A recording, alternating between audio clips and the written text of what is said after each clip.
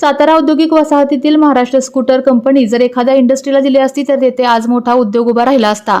जिल्ह्याला 4 मंत्री असूनही तेथे एमआयडीसी का उभी राहत नाही असा सवाल करून सध्या सातारा एमआयडीसीत औद्योगिकीकरणापेक्षा वसाहतीलाच प्राधान्य दिले जात असल्याचा गंभीर आरोप राष्ट्रवादीचे प्रदेशाध्यक्ष आमदार शशिकांत शिंदे यांनी केला आहे।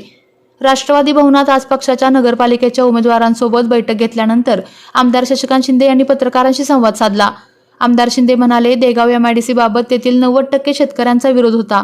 आम्हाला शेती हवी आहे, आम्हाला एमआयडीसी नको असा सूर तेथील शेतकऱ्यांनी लावला होता। तो विषय मी सभागृहात सुद्धा मांडला होता, कारण तो विषय तिथल्या जनतेच्या अस्मितेचा होता। त्यात माझी काही चूक नसल्याचं देखील त्यांनी सांगितलं। शेती कसत असलेल्या ठिकाणी एमआयडीसी उभारता येत नाही हा शासनाचा नियम असल्या कारणामुळे त्यावेळी तो शेतकऱ्यांच्या बाजूने निर्णय घेतल्याचे सांगितले। महाराष्ट्र स्कूटर या बंद पडलेल्या कंपनीच्या जागेत एखादी नवीन इंडस्ट्री आली असती। देगावला तर 100 ते 200 एकर जमिनीपेक्षा इथे तर 50 एकराचा प्लॉट होता। उलट आता त्या ठिकाणी छोटे छोटे प्लॉट पाडले जात आहेत। इच्छाशक्ती असेल की सगळं होतं, परंतु जिल्ह्यात 4 मंत्री असून साताऱ्याचा विकास मात्र काही होत नसल्याचे चित्र ही सामान्य जनता पाहत आहे, असे वक्तव्य राष्ट्रवादीचे प्रदेशाध्यक्ष आमदार शशिकांत शिंदे यांनी केले आहे।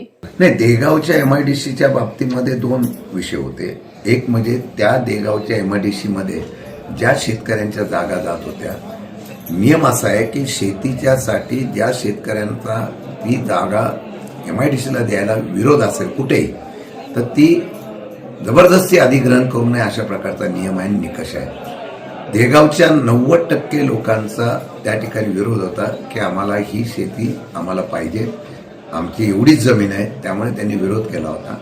तो विषय सभागृहात मी मांडला होता। तो एमआयडीसीला विरोध म्हणून नव्हता, तर तो तिथल्या जनतेच्या असलेल्या विषयासंदर्भातून होता। दुर्दैवाने त्या ठिकाणी काही लोकांनी तिथे जमिनी सुद्धा खरेदी केलेल्या असं कळत आहे। एमआयडीसीचा जो हट्टास हा जर तिथं जमिनी खरेदी करण्याच्या संदर्भातून भाव मिळावा असा असेल तर मला वाटतं मी केलेला जनतेसाठीचा विरोध आहे, तर मी चूक केलेली नाही। मग तसं जर असेल तर आत्ता सुद्धा जास्त लांब मी म्हणत नाही, मी मागेही तुम्हाला म्हणालो होतो की सातारा एमआयडीसीमध्ये आता औद्योगिकरणाच्या पेक्षा या ठिकाणी वसाहतीकरणाचा प्रयत्न होतो। मग महाराष्ट्र स्कूटर एवढे मोठे सगळे जिल्ह्यामध्ये नेते आहेत, 4 मंत्री आहेत, महाराष्ट्र स्कूटरची जागा तिथं एखाद्या इंडस्ट्रीला दिली असती तर मोठी इंडस्ट्री आली असती। देगावची 100-200 एकर जमीन, त्यापेक्षा इथं 50 एकर जमीन तर रेडी होती। मग ती दिली कोणाला? ती दिली गेली, आम्ही आवाज उठवला, आम्ही तर सत्तेमध्ये नाही, मग ती गेली। आता तिथे काय होणार आहे? छोटे छोटे प्लॉट पाडले जातात आणि स्मॉल स्केल इंडस्ट्री होते का काय मला माहीत नाही, पण ती झालं ना। इच्छाशक्ती लागते, म्हणून मी बोललो इच्छाशक्ती असलं की सगळं होतं। आणि तशा प्रकारे जर जागा अजून सुद्धा उपलब्ध होऊ शकतात ना। औद्योगिकरणाला इंडस्ट्री यायला बरेच लोक तयार आहेत, फक्त त्यांना जागा पाहिजे।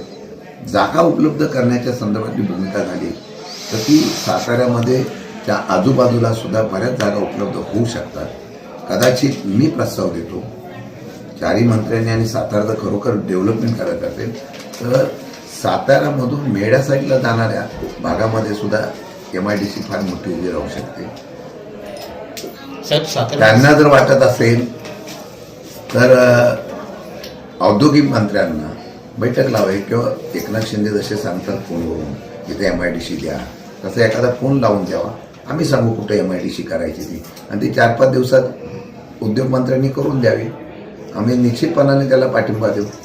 IT पार्कचा प्रस्ताव आमच्याकडे आहे ना, आणि आम्ही प्रयत्न करतोय, कोणी करून द्या, पण IT पार्क होत असेल तर त्याचं स्वागतच आहे।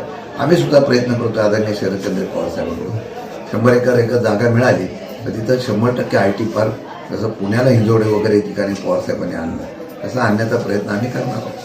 तर साताऱ्यामध्ये सामान्य लोकांमध्ये अशी चर्चा आहे की यंदाचा निकाल जो येणार आहे 21 तारखेला, हा निकाल धक्कादायक असण्याची शक्यता आहे। यामध्ये जास्त करून जे बंडखोर असतील किंवा अपक्ष उमेदवार असतील यांच्या शिटा लागण्याची जास्त शक्यता आहे। समजा अशी परिस्थिती निर्माण झाली की आपल्या शिटा आहेत आणि काही अपक्ष मोठ्या प्रमाणात जर लागले तर आपण सातारा नगरपालिका ताब्यात घेण्याचा प्रयत्न करणार आहोत। निकालानंतर ठरवू, पण एक आहे तुम्ही म्हणता त्याप्रमाणे काही लोकांना वाटतं की आपल्यावर ठरवून अन्याय केलेला आहे। 1-2 लोकांच्यामुळे बऱ्याच ठिकाणी तिकिटी डावलल्या गेल्यात असं त्या लोकांचा सूर आहे, नाराजगी आहे।